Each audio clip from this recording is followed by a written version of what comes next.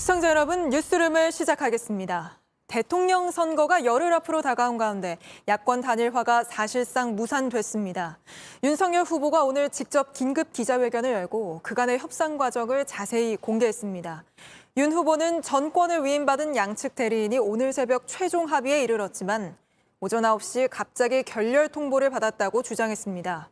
그러자 안철수 후보는 윤 후보가 주장한 전권 대리인은 없었다며 한번 얘기해보자 그래서 듣고 온 거고 오늘 아침 윤 후보 측에서 전해온 내용은 고려할 가치가 없다는 결론을 내린 것뿐이라고 반박했습니다.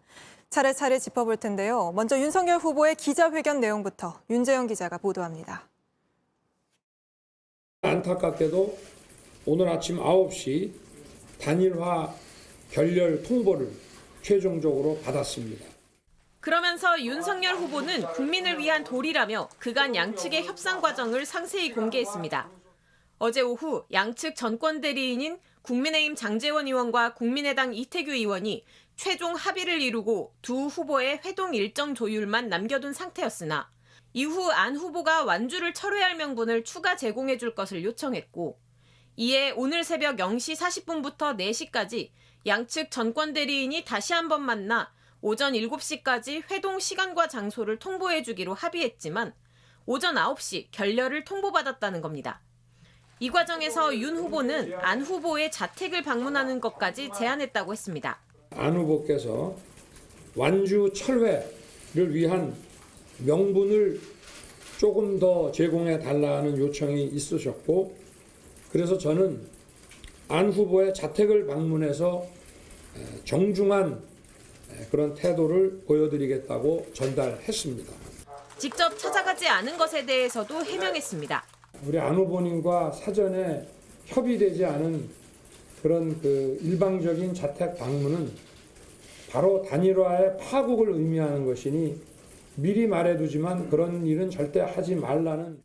윤 후보는 협상 대리인이 그간 윤핵관, 윤석열 측 핵심 관계자로 여러 차례 지목되어 온 장제원 의원이라는 사실도 공개했습니다.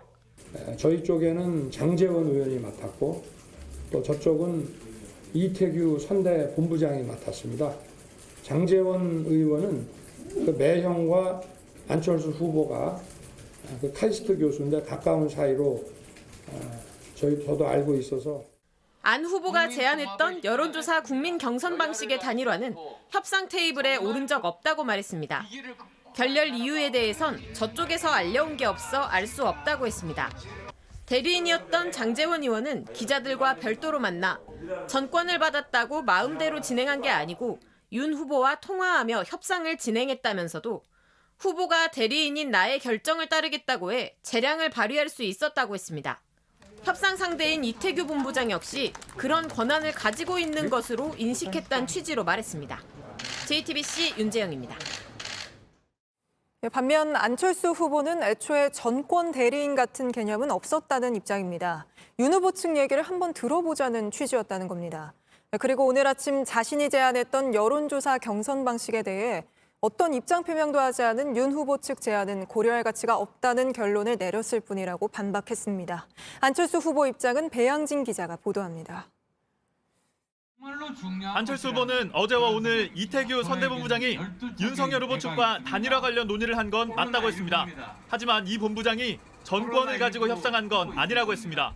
윤 후보가 직접 문자를 보내고 전화를 걸어와 어떤 제안을 하는지 들어보는 차원이었다는 겁니다. 한번 이야기를 해보자는 제안을 했다고 합니다. 그래서 도대체 어떤 말을 저희한테 할 것인지에 대해서 이태규 의원이 나가서 그 이야기를 듣기로 했습니다.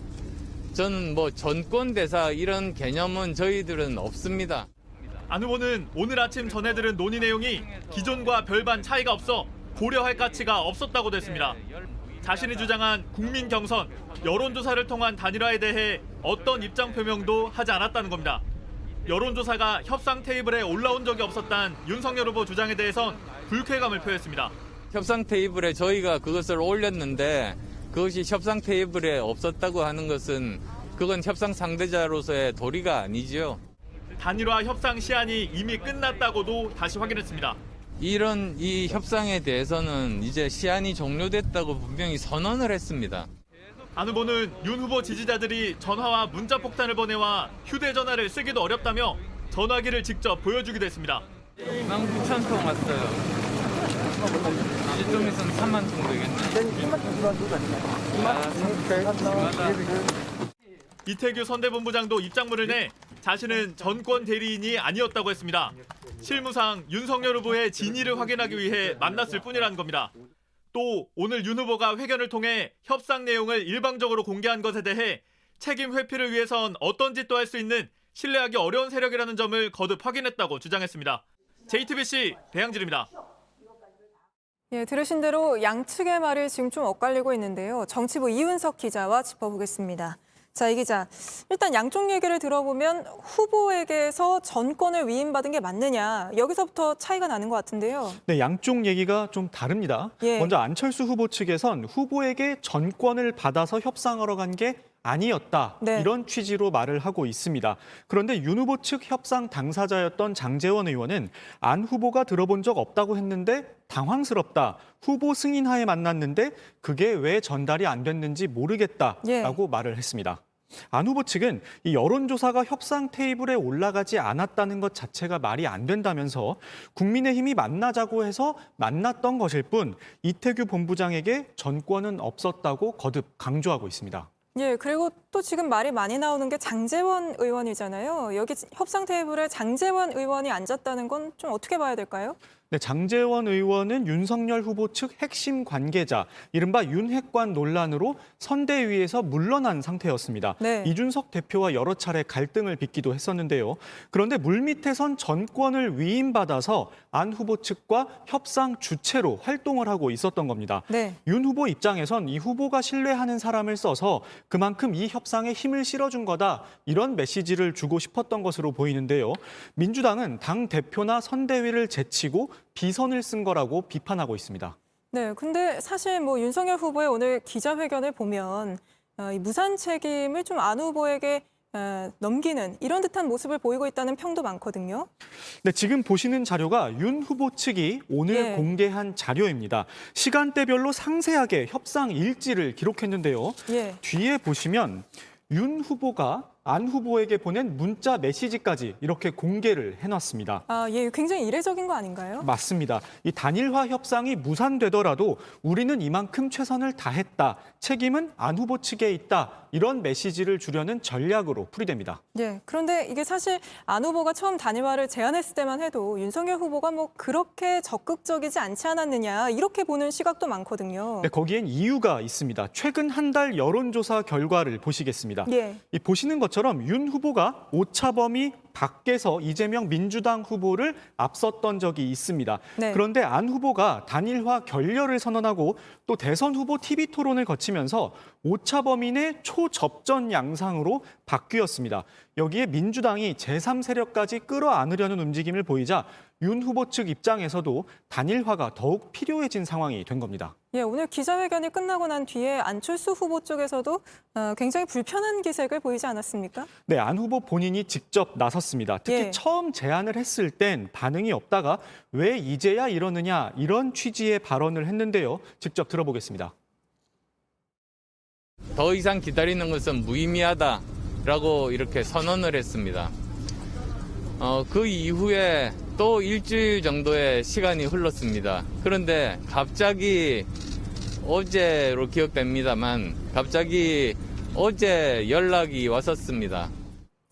이태규 본부장도 입장문을 냈습니다. 특히 문제 삼은 게 협상 내용을 공개한 부분인데요.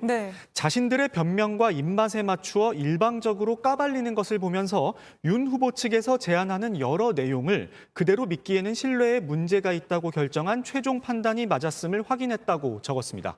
네, 알겠습니다. 여기까지 듣겠습니다. 이윤석 기자였습니다. 예, 민주당은 단일화 무산 책임이 윤석열 후보에게 있다고 국민들이 생각할 거라는 주장을 했습니다. 또 윤핵관으로 불리는 장제원 의원이 전면에 나선 건 국민에 대한 기만이라고도 했는데요. 계속해서 민주당 반응 하예빈 기자가 보도합니다.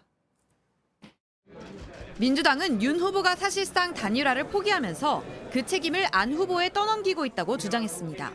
국민들은 안철수 후보가 여론조사 방식의 단일화를 제안한 이후에 받아들이지 않은 윤석열 후보의 책임이다. 이렇게 판단할 것입니다.